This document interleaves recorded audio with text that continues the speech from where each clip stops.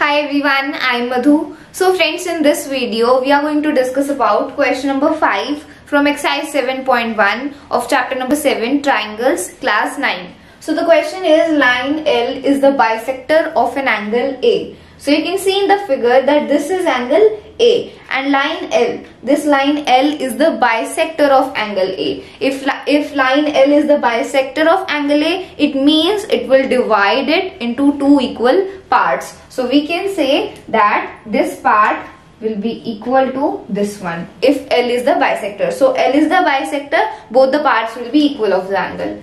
And B is any point on L. So point B, this point is any point on the line L. BP and BQ are perpendiculars from B to the arms of A. So this BP and BQ, they are perpendiculars. Perpendicular means they will form 90-degree angles. And on which line they are forming 90-degree angles? On the arms of A. So these are the arms of A and they are forming 90-degree angles. Then show that there are two parts in the question. So the first part is that we have to show triangle APB is congruent to triangle AQB. So we have to show this triangle APB. This triangle is congruent to AQB, this triangle. So we have to show them congruent. So solution will start from here. In triangle APB and triangle AQB.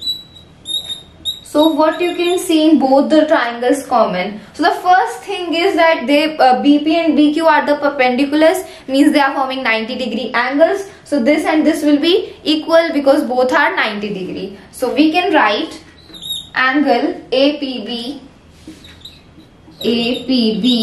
is equal to the angle AQB. And the reason will be they are 90-degree each because they are perpendiculars to the arms of A. So the reason will be each 90-degree. So this we have written. One condition we have got. Now you can see that if this is given to us in the question that L is the bisector of angle A. If L is the bisector, then these both angles will be equal. This angle and this angle, they will be equal. So hence we can write that angle BAP, so we can write BAP is equal to the angle BAQ, and the reason will be given because it is given to us that line L is the bisector of angle A. That's why these both will be equal. BAP is equal to BAQ. You can write it QAB as well and you can write that BAP as well. It's one of the same thing. Just the center one is the angle. We are talking about here angle A. So we can write anything. It's one of the same thing. PAB you can write or QAB. It's one of the same thing. So we have got two angles. One more thing we need for proving them congruent. So you can see that AB, this line AB is common in both the triangles, in the triangle AQB and the triangle APB. AB is common. So we can write AB is equal to AB and the reason will be it is common. So reason will be it is common. So now we have got three conditions.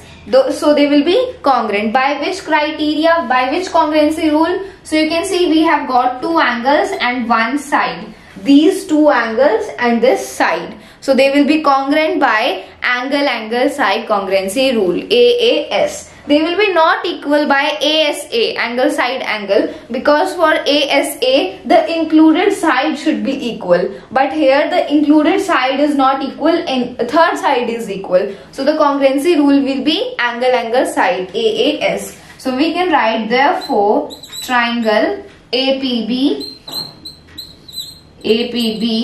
is congruent to the triangle AQB and the congruency rule will be AAS.